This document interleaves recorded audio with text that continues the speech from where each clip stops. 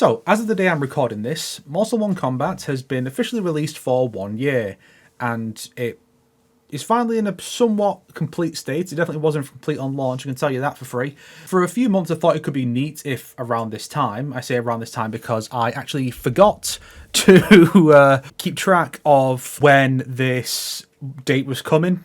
So this might end up being a day late, who knows. I thought it could be fun to go over my videos that I made before the game came out to talk about some of the things that I predicted, some things that I got right, maybe got wrong. I know there are some things that I definitely got wrong, but, you know, it's predictions. It happens.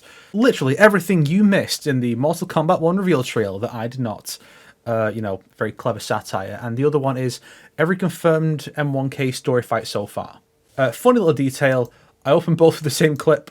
Just that one I zoomed in to get rid of the letterboxing and the other I did not. This is everything you missed in the Mortal Kombat 1 reveal trailer. I would have done a clever number tie-in, but the game is 1, not 12, so blame NetherRealm for that. First, you may notice that Kung Lao's classic hat is now made of straw, with no metal blade. This could indicate that he is the Great Kung Lao, as many fans have theorised, or it could be a sign that Kung Lao has returned to his original peace-loving persona from Mortal Kombat 2, before they made him much more savage in Shaolin monks. Additionally, his outfit here is pulled directly from Mortal Kombat X's Old Man Kung Lao costume. Alas, he is not the peaceful man, he's still...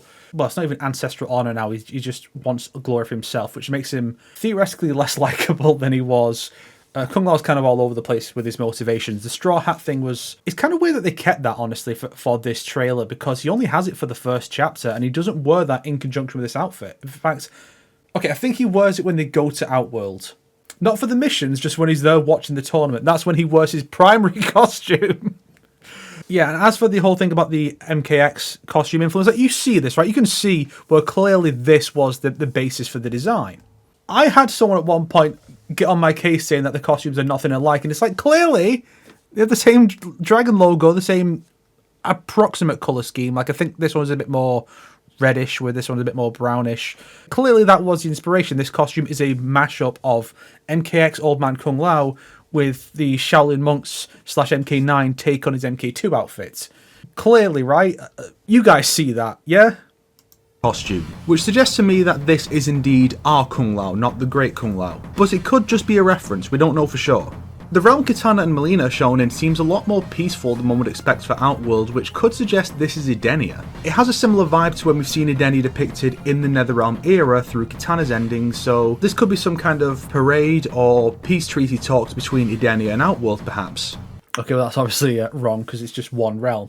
Edenia currently, it's really not clear what it is. It's still referenced. It's probably just a country within Outworld, but the actual world building of this game has been pretty shallow, unfortunately. But I was at least right with the comparisons to Edenia, because clearly that's what they're going for. Effectively, because a lot of the stuff M1K does kind of calls back to the earlier days of the series. Like Tarkassans were called mutants, so now it's a plague. In the early days, Edenia literally was just the old name for Outworld. So here it's basically taken that, but it's never called Edenia. It's just called Outworld from the start. But it looks like what you'd expect for Edenia. So I was correct in that. This is not cope. I was correct about that, but...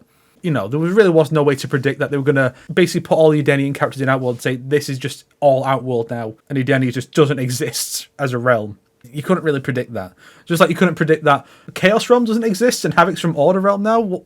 Scorpion and Sub-Zero meeting in a tea house is an interesting one, because Sub-Zero walks past a teacup, which is reminiscent of how he reached out to Scorpion back in MKX, and could be a sign that something similar has occurred here. Although perhaps not, because... Scorpion actually seems to have a Lin Kuei logo on his chest.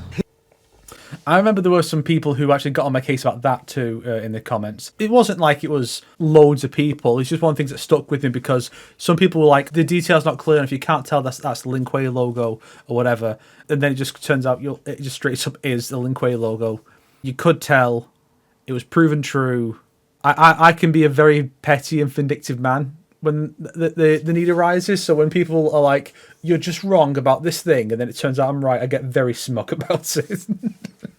His outfit and Sub-Zero's are basically identical at this point, with only really the shoulder pads and the masks being different, which is also a fun nod because Scorpion's mask is reminiscent of MK11, while Sub-Zero's is reminiscent of the 2021 movie, which could suggest that this is Bi-Han, not Kuai Liang. Yeah, straight up, that was Bi-Han. I never would have been able to guess that Scorpion was Kuai Liang. I would be shocked if anyone did predict that. like without some actual like hint. If someone just saw this trailer and thought that's what's going on, I would be shocked. I do think it's neat that they did actually draw reference to some of the other movies. Scorpion's Revenge had 2 references in the Fatal Blows. Those were fun little references. I wish they would do stuff like that from the live action movies. I don't know what specifically I would do. I feel like if they were going to do it, it would probably be something like the way in the 2021 movie Sub-Zero slashes Scorpion, catches the blood and freezes it, and then stabs him with that. I could see them using that. That would be neat. Unfortunately, they've yet to do so. I don't know why. It's just the costumes they do. They're always doing the classic MK95 costumes, but never any, not that I can think of any, like overt references with the moves and whatnot. It would be neat for them to do so. And I also think they should bring in costumes from other movies than the one that came out 30 years ago. Maybe ones that come out during the game's lifespan, guys. We need to impress on NetherRealm. We want to have costumes based on this new film continuity when the new movie's coming out. You know, basic marketing logic. And the uniforms being so similar makes sense, because the original backstory was that Scorpion's costume was designed to take the piss out of Sub-Zero's, hence why it was identical but in a different colour. But like I said, they call back to a lot of stuff. That might not be a callback, the Lin Kuei uniform, to this specifically, but it's definitely a callback to, in the early days, Scorpion Sub-Zero looks completely identical, and when you take Smoke into account in MK2, that's the Lin Kuei uniform. And then technically Noob Saibot having it is also just because it's the Lin Kuei uniform but in black. So they like to call back to a lot of the earlier stuff, which is one of the neat things about the game. Maybe that's partly why they called it Mortal Kombat 1, to be like, we're going to call back to the early stuff a lot more than even MK9 did. I mean, MK9 was retelling those stories, but with more of the modern continuity. This is going back to those older ideas, which I think is neat. You know, a series leaves old ideas behind. It's fine to, if you're going to do like an in-continuity reboot, bring some of those old ideas back. It can work. His clan, the Shirai Ryu, was originally formed by a man named Takeda. Takeda was a member of the Lin Kuei who split off and went to form his own clan back in Japan.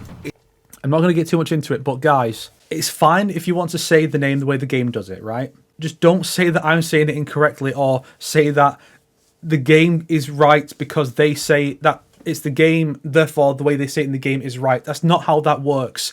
It's not how that works. Someone even said that if his name was Aaron and he said it's pronounced Aaron, then that's correct. That's not how names work, okay? There is a proper pronunciation for every word and every name, and if you pronounce it differently, that's fine. I don't have a problem with that.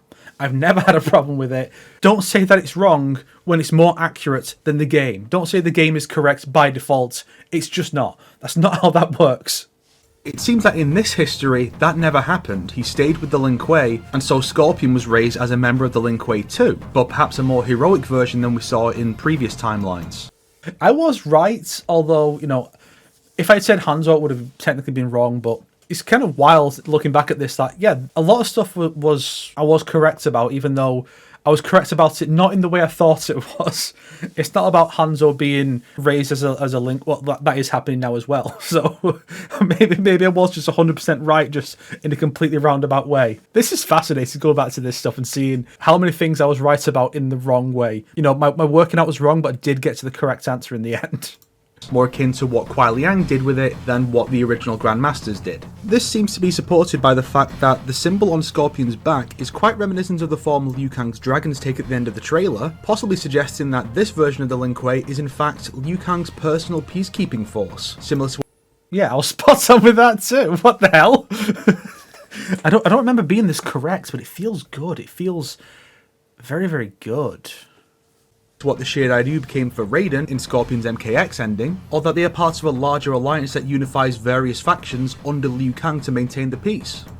I mean, kinda, technically. They don't really have much in the way of intersection, which I think is something that would be really cool to see explored in future. If they could take some characters and say they are part of both groups, or they go between them. Kenshi did some training with the Shaolin. He's presumably part of the White Lotus, as a nod to his connection to Scorpion in the previous timeline.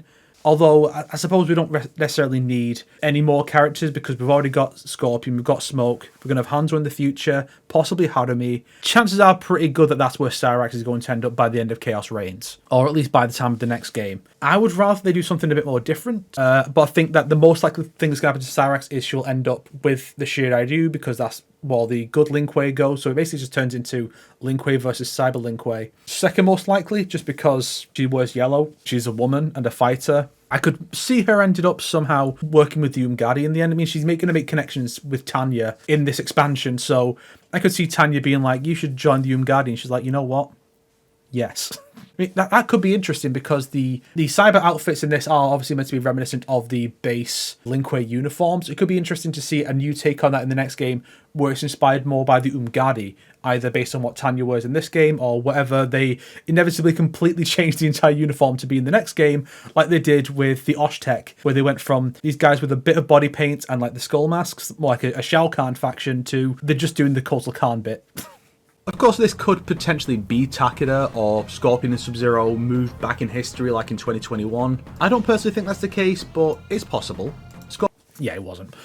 But I was technically correct about it being someone different other than Hanzo, so, you know, I'll take that massive W if you don't mind. Scorpion also notably has his original non-white eyes and a rope attached to his spear, rather than the blank white eyes, cataracts, or chain we've typically seen in the NetherRealm era for his Revenant self. Oh my god, I called him a Revenant. Oh my god, I called him a Revenant. What is wrong with me? That we've typically seen for his Spectre self. So the question now remains, will he be a human the entire time, or will he still die and become a Spectre? And if he doesn't, will he still have his fire powers? Yes, he does have his fire powers. He's yet to die and become a Revenant, but it could still happen in Chaos Reigns. Although the fact that we see an alternate Scorpion die probably means that it's not going to happen. We're probably not going to see the multiple versions of the same character die. I have no basis for this. It's just this feeling I have. Maybe there'll be a flamethrower built into his mask so he can still use Toasty in the classic fatality they sell later on. Either way, the two are definitely working together. I'm surprised they haven't done any classic fatalities, actually. They're doing classic costumes and that. No classic finishers. Well, I guess because that's what the cameos do. Oh yeah, I just remembered the cameos exist because NetherRealm seems to have forgotten they exist because they're not putting any in this new season of DLC. Yeah, I forgot that Toasty is in the game because of the cameo version. Oh god. I mean, that just says everything, doesn't it? How much of an absolute afterthought the cameo system ended up being. I don't know. Together for now. It's worth noting that we only see Liu Kang using fire in this trailer, not lightning like he did in MK11. Considering that Human Raiden is going to be playable in this game, he's likely going to have all of his old powers back, possibly given back to him by Liu Kang, explaining why Liu Kang can't use them anymore. I don't think they outright say that Liu Kang just gave up the powers to put them in the amulet, but that's pretty much what happened. He literally does not have them. Raiden's outfit has a vibe of MK1 Raiden mixed with Kung Lao, possibly suggesting that, as a mortal, Raiden was raised alongside Kung Lao, similar to Liu Kang in previous titles. Liu Kang's attire seems a little eclectic in its colour scheme, having white, red and blue with bits of black. This is potentially meant to be an amalgamation of his and Raiden's colour schemes all in one, reflecting that he has Raiden's role now, but is still Liu Kang on some level. That probably is what the intention was. It's a shame he doesn't have the hat, but I get it. Which also goes well with his new demeanour because there's certainly shades of Dark Raiden in there.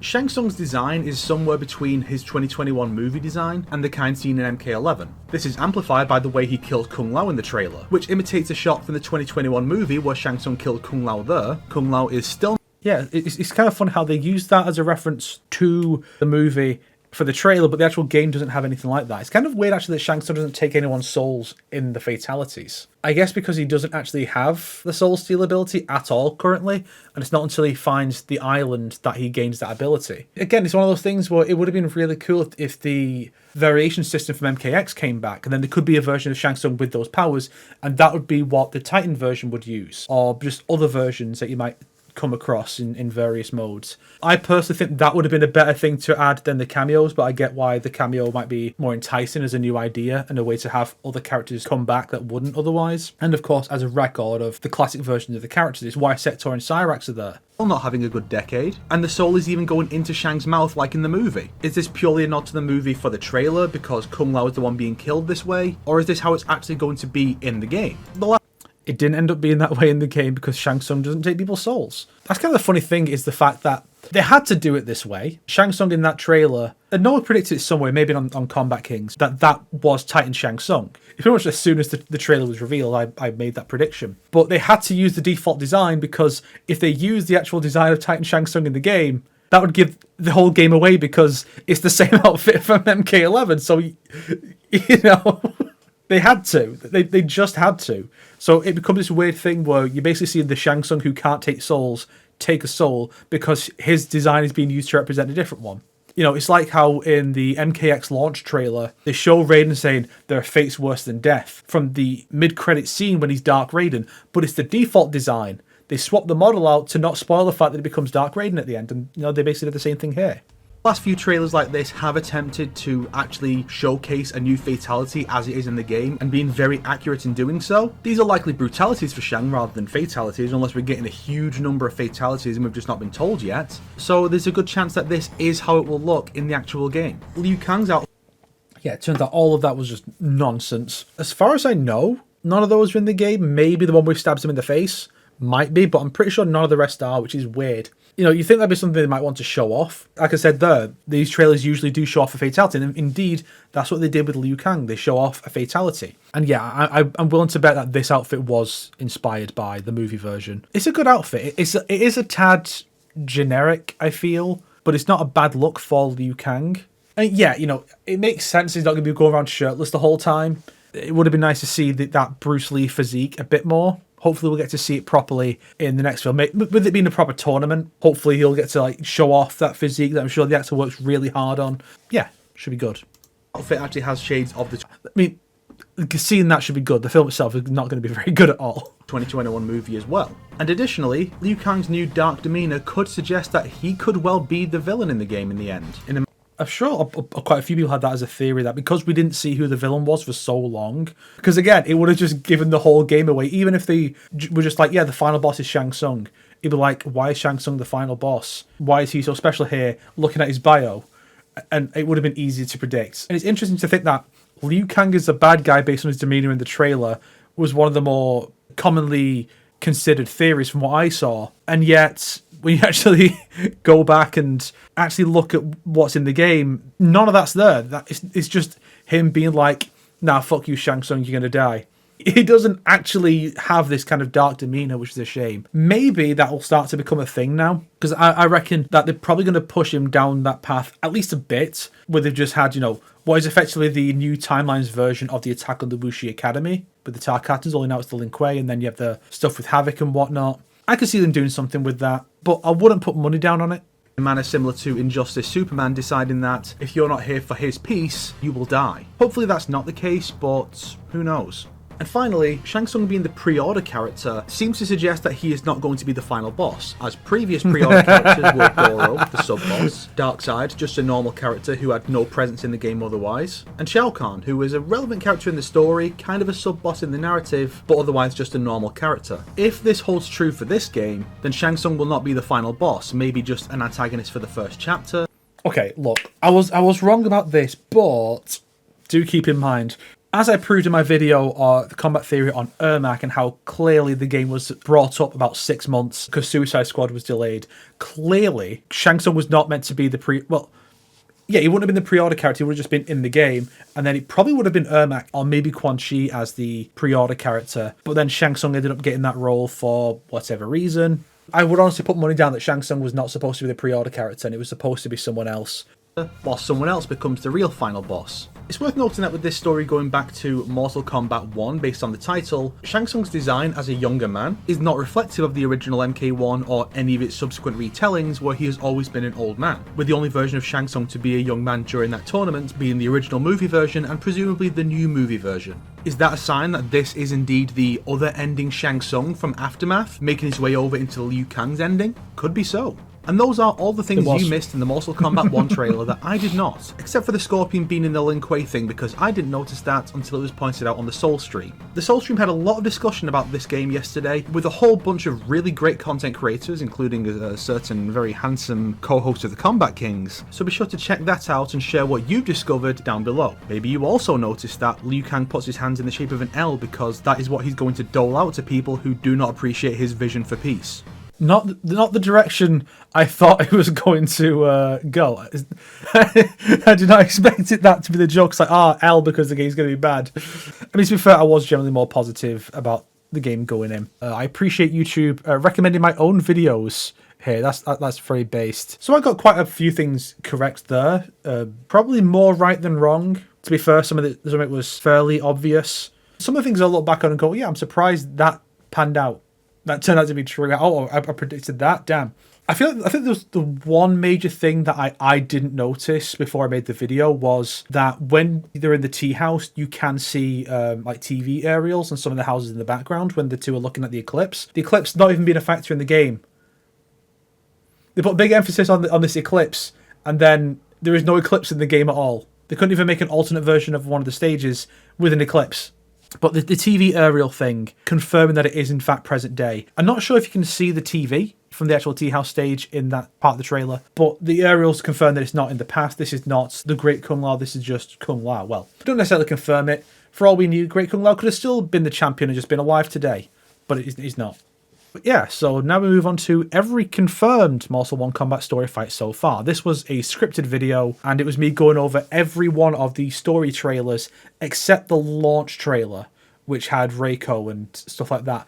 I think I watched it eventually, and I thought, oh, this is like the weakest launch trailer they've done, because the MK11 and X ones are actually really good, but this one was a bit weak. But I didn't get anything from that trailer in here, because I didn't want to wait until the day the game comes out for it to release the video. I wanted to make it and move on at some point in my life. So let's see how much stuff, because I know I got a lot of this stuff right. I know at the end when I'm predicting who would get chapters, I was way off, but we'll get to that later. These are all the fights confirmed so far in Mortal 1 Combat Story Mode. No leaks, only what we've seen in official marketing material so far. We know who we play as each time because they're always on the left side by the end of the cutscene. It's been that way since the olden days. Chapter 1 is confirmed to be Kung Lao's, having us fight Raiden with no cameo. Yeah, because the IGN walkthrough of Chapter 1 had already been released by that point, so we already knew exactly what Chapter 1 entailed. I think this confirmed that the cameo stuff would be showing up in the story, but wouldn't be in every single fight. Hang on, I just realised. Hat? No hat. Hat? No hat. They made this render specifically for this fight in the story, and he's not wearing his hat. Oh, I'm being pedantic, I know. They made the render specifically for it, and I wish these renders would actually see use in other modes. You know, like Scorpion, for example, has one for his evil version. But I think even when you fight the evil version in the Invasions mode, I don't think that has that render. It's only in story mode. They probably would have done it so they don't have to make these renders for every single new costume they add to the game, but it would have been really neat if they at least had these ones that already exist, these assets, the default versions of the characters and the two core alternate designs, their renders are available. They could do like Tekken, because you can choose different portraits in Tekken 8 when you customize a character's costume. So if they wanted to flesh out the customization a bit, seeing how they're not going to add more aspects to it, they're not going to say, well, now you get two things to customize, because that would be a lot to rework. It would be really cool if what they did was, when you're customizing the costume, you can save it, and then you can also choose what icon goes with it of these ones that are available. So then you could have a Dark Raiden one for your Dark Raiden customization. Why am I talking about things that make the game better when we talk about the lead up to the game? Come on, let's get back to it. With no cameos, Smoke with Raiden as our cameo, Scorpion with Raiden and Sub-Zero as cameos, and Sub-Zero with Raiden and Scorpion as cameos. All four take place in the tea house. Johnny and Kenshi face off in Johnny's mansion. Kenshi being tied up afterwards tells us we play as Johnny here. Scorpion and Sub-Zero are also there, Liu Kang interrupting a confrontation. Most likely we'll fight one with the other as their cameo, since this is obviously an early chapter, and we've just fought both of them in Chapter 1. That was correct, yes. The thing I got wrong here with Johnny was that because there's no way to know that there was going to be an actual chapter where we actually plays Johnny making a movie, because that never happened in the game before. We had seen that as the introduction for Johnny in the original movie and MK Legacy, and then Cage Match would do the same thing. But the games had never actually shown anything from Johnny's movies, other than like the odd poster or something. This game introduces Johnny the same way these other things do, and that 2021 is obviously going to do too, most likely. Obviously, most likely. There really was no way to know that the first half of Johnny's chapter would be a movie. So, yeah, I was able to predict two fights taking place in Johnny's mansion, but surprisingly I was able to predict what the next chapter would be after that, I'm pretty sure. Just not quite in the way I expected. Hopefully we won't fight Kenshi, Scorpion, Sub-Zero and Liu Kang and limit Johnny to one location as well. Maybe he'll spar with Kung Lao at the Wuxi Academy to lead into Raiden fights Kenshi at the Wuxi Academy. He then fights Li Mei in the Great Hall, seemingly as part of the tournament. And this is another thing where I wasn't able to fully predict it, because the two big things this story mode did that are unconventional was giving Raiden a double-length chapter where half of it is at the Academy and half of it is in the Outworld tournament. So he has 2 tournaments in one chapter.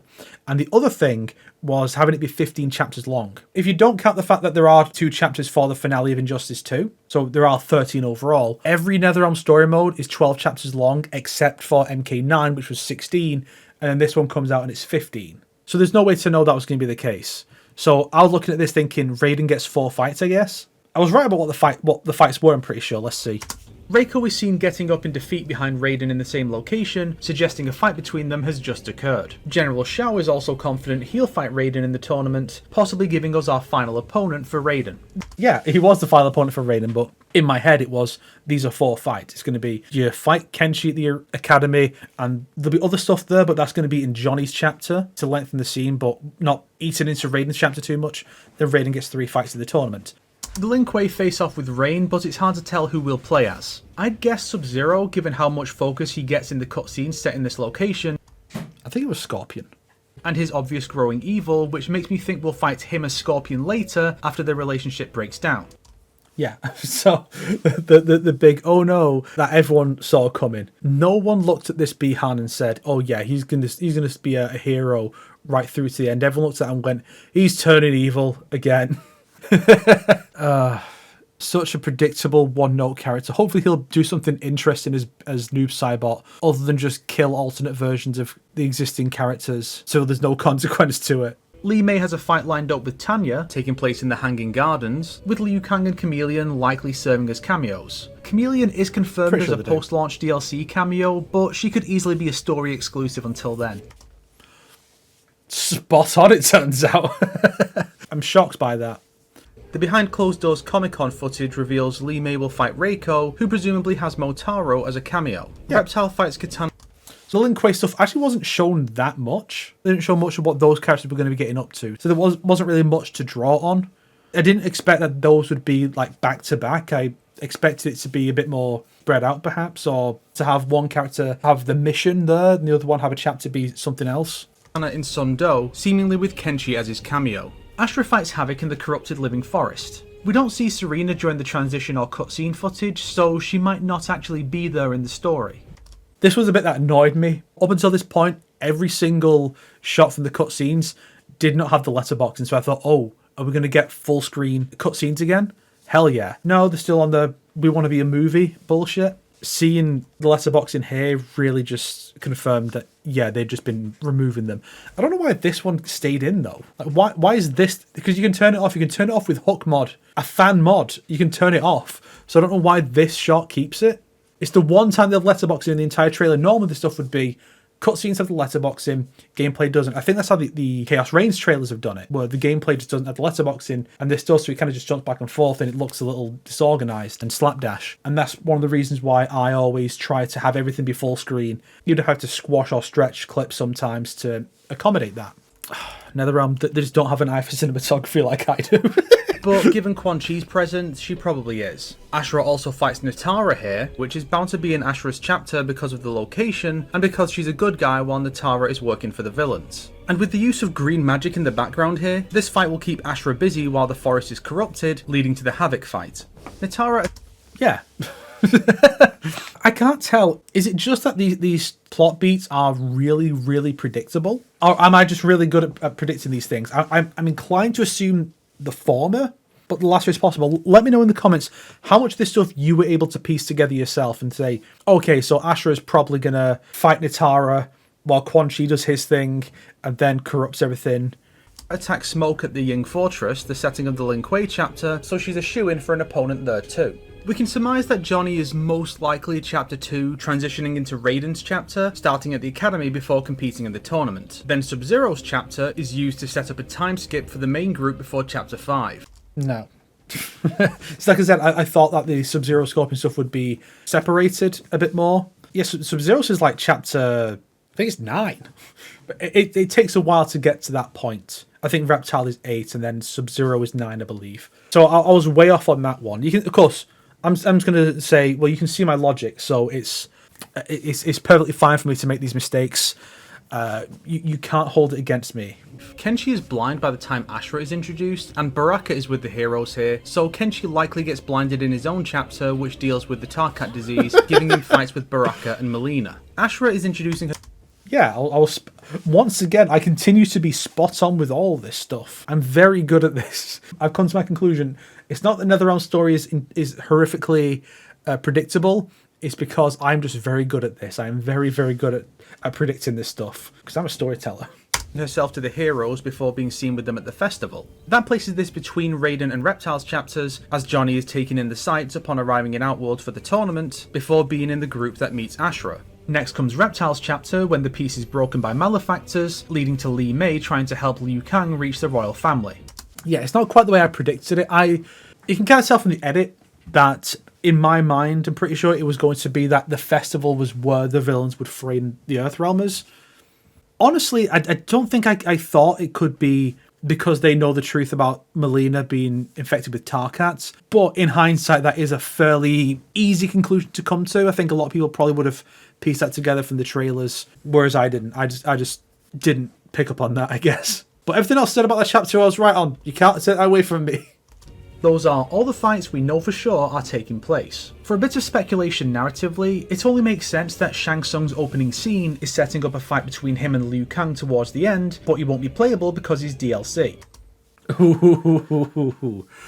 We do fight Shang Tsung at the end. Well, Liu Kang fights him, but it's not that Shang Tsung, and Shang Tsung does get his own chapter. Again, it was also beyond the scope of what I thought the game would have, because I assumed it was going to be just 12 chapters, and Shang Tsung's is after that. Shang Tsung's is chapter 13.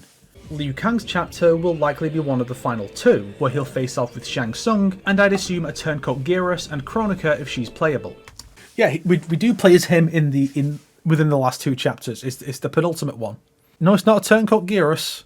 But again, we didn't know who the final boss was going to be, so it was hard to predict where things were going to go. I mean, MK11 was very clear. Here's Kronika. Okay, she's obviously the final boss. MKX, Shinnok, obviously the final boss. With 1, we really had no idea. We just had to speculate based on a few factors. If we're assuming the usual 12 chapters, we have... like I said. Kung Lao, Johnny Cage, Raiden, Sub-Zero, Ashura, Reptile, Li Mei. Liu Kang and Scorpion are not confirmed, but are guaranteed. And my speculation for the remaining 3 are Kitana, Kenshi, and either Smoke, or a repeat for Raiden. Technically right about Raiden, because instead of having 2 chapters, it was just one double-length one. These 3 were all spot on. What I thought Sub-Zero's chapter was going to be was wrong, so if I didn't come to that conclusion, I probably would have assumed Kenshi's would come next. I got Ashura's placement right, because it goes Raiden, Kenshi, Baraka, and then Ashura. Then Reptile's right about that. And then Li Mei is right after that, right? No. It's Scorpion, Sub-Zero, then Li Mei. Yeah. I think by the time I made this... Yes, I think I say this right after this. That by the time I made this, I actually had heard about another character. That being Melina. That she got chapters spoiled for me, because people spoil that stuff because they get off on it. If you get off on spoiling things for people, please just depart the internet forever. You're not wanted here. Everyone else is gonna lose constantly. I was shocked that these 2 actually got their own chapters. You would not expect it. And Xiao loses constantly.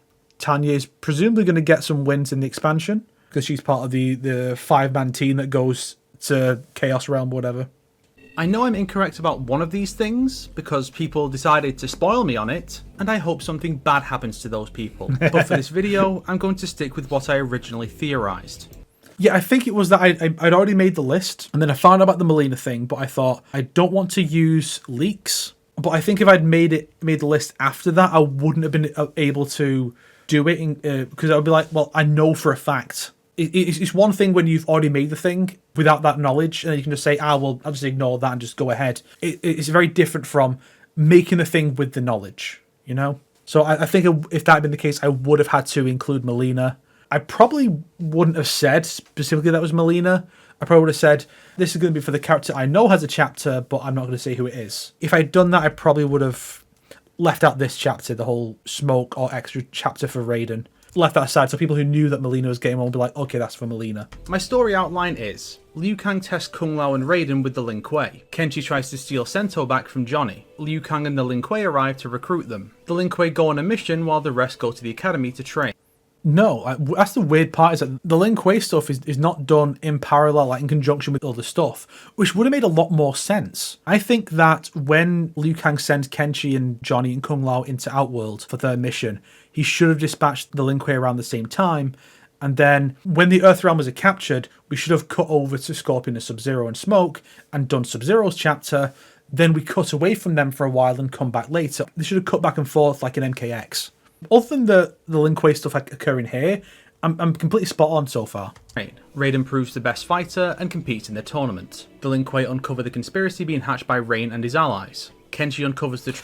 Rain and his allies, because we didn't know who else was there, who else is part of this alliance. Because Shang Tsung's actual role in the story hadn't been shown off yet. Because, I mean, he was part of the launch trailer, I'm pretty sure. So we didn't know what he was going to play like or anything. It's like, yeah, pre-order for this character. We're not going to show him off until the end. Shows how slapdash the marketing was, because it was all pushed up by about 6 months. So we had no way to know that Shang Tsung was going to be like one of the key players here, or that it was all going to be one plot with all the villains rather than some Netherrealm plot and an Outworld plot occurred at the same time. You probably could have predicted it, because MK is nothing if not very basic with morality. It puts the good guys and the bad guys into camps and says, there you go, good guys and bad guys. Bad guys are always working in alliance and then planning to fuck each other over, but they always lose to the good guys first. So it ends up just being this weird thing where the bad guys are surprisingly good at working together.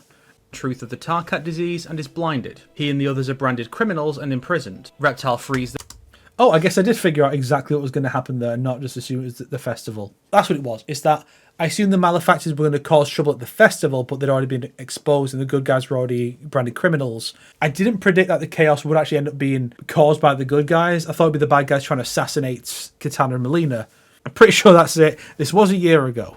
Them and they flee to the forest where they meet Ashura. They encounter Rain's allies here. They try to alert Kitana to the plot, but things go awry and they have to flee to Earthrealm. Liu Kang gets Li Mei to help him reach Kitana, who then... Okay, so I wasn't right about the whole they're trying to warn Kitana. It's just that comes up while they're trying to sneak through. They're not there to meet with Kitana, they're there to avoid Kitana. And then Liu Kang's not there to try and meet with Kitana, he's there to meet with Sindel. I think the reason I may have said Kitana is because it wasn't clear what Sindel's role would be. And I wasn't really necessarily willing to say for sure, oh, she's a good guy, bad guy. I think I say that right after this, actually. I should have let the video play. I need to stop doing this. Then goes on the warpath against the conspirators, likely fighting Melina and possibly learning Sindel is in on it. Expecting Melina to be evil, turns out no. She gets a chapter and Kitana doesn't. Kitana doesn't get a chapter. And even the expansion, it seems like she's probably not going to get one. Which is kind of funny because like Katana's one of the frontline fighters in invasions mode, but then when Havoc's around, she's not doing that. Maybe she gets wounded. I'm sure they won't kill off Kitana, although at this point, it'd probably be the most interesting thing you could do with Kitana because all of her interesting traits, what few she always had, have gone to Melina. Scorpion becomes Sub-Zero's enemy somehow, and they fight. Either Liu Kang uncovers Kronika and Shang Tsung's involvement and finds some new way to deal with them, with Smoke having some minor chapter around Reptile and Li Mei's, or Raiden steps up to fight the main villains as the new champion. So here is the full list of Okay, yeah. I can't say completely right about chapter 1 because we literally knew exactly what it was going to be. Yes, and... No, Sub-Zero. I think I guessed it would be Scorpion because we knew there's going to be another Sub-Zero fight later. But the broad idea of fighting Scorpion and Sub-Zero as part of the story, yes, that was correct. These were just wrong. Raiden fights Johnny Cage, yes. Then he fights Kenshi. Yeah, these were all correct, but I didn't predict there was going to be a longer chapter than this. Because that's really all we knew about it. Sub-Zero does fight Natara. Kenshi, Baraka, Melina, Tanya, yeah. And also Rain. Yeah, he doesn't fight Shang Tsung, that's it. Shang Tsung is busy trying to get Melina under control. Then Ashura, no, doesn't fight Kenshi. You fight her as Baraka. That's the equivalent of with what I was thinking there. Natara and Havoc, yep.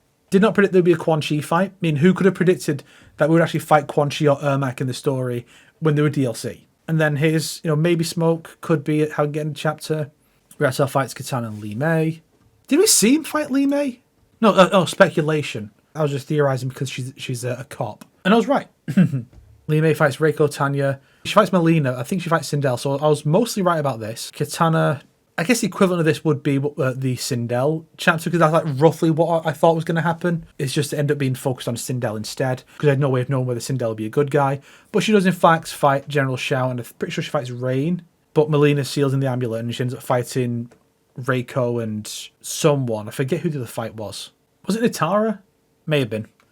Then Scorpion. If you're going to go through, here's the roster. Scorpion versus Sub-Zero would be the first one you would guess, and you'd most likely get right who's going to fight who, because we just don't fight Scorpion or Sub-Zero anymore. Like, MK9 was the last time we did that. Every single time since has been playing a Scorpion. Bihan fucking sucks, I guess.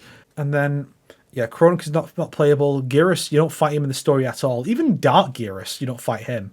He just kind of drops off the face of the earth. Shang Tsung, fightable, but not as Liu Kang, and he is the final boss, as I speculated. So I was right about that speculation. I was wrong about who you fight him as. Although, you can have Liu Kang fight Shang Tsung in the final chapter, so I was right the entire time. Yes. Fights including confirmed, implied, and pure speculation. I guess now we'll just have to wait and see how accurate I am, yeah? So I guess I was just completely based and got everything right. That's the takeaway. Sorry, it took you an hour to realise that. An entire hour to be like, oh yeah. That's what... I'm so long-winded. This video? Why not subscribe and support me on Patreon like these fine people here? If not, then make sure to share it with your enemies so they can suffer along with you. You should check those videos out. You should check out the videos that I just watched through. I know you've now seen those videos in their entirety, and so I have completely done that thing that streamers think they don't do, where it's like you have just shown someone the entire video. They have no reason to watch the video anymore. Why would they watch it when they just watch the video through watching your content? I'm literally stealing this content from myself, admittedly, and so I am turning into Hassan Piker, and that is not good. I think I should probably stop.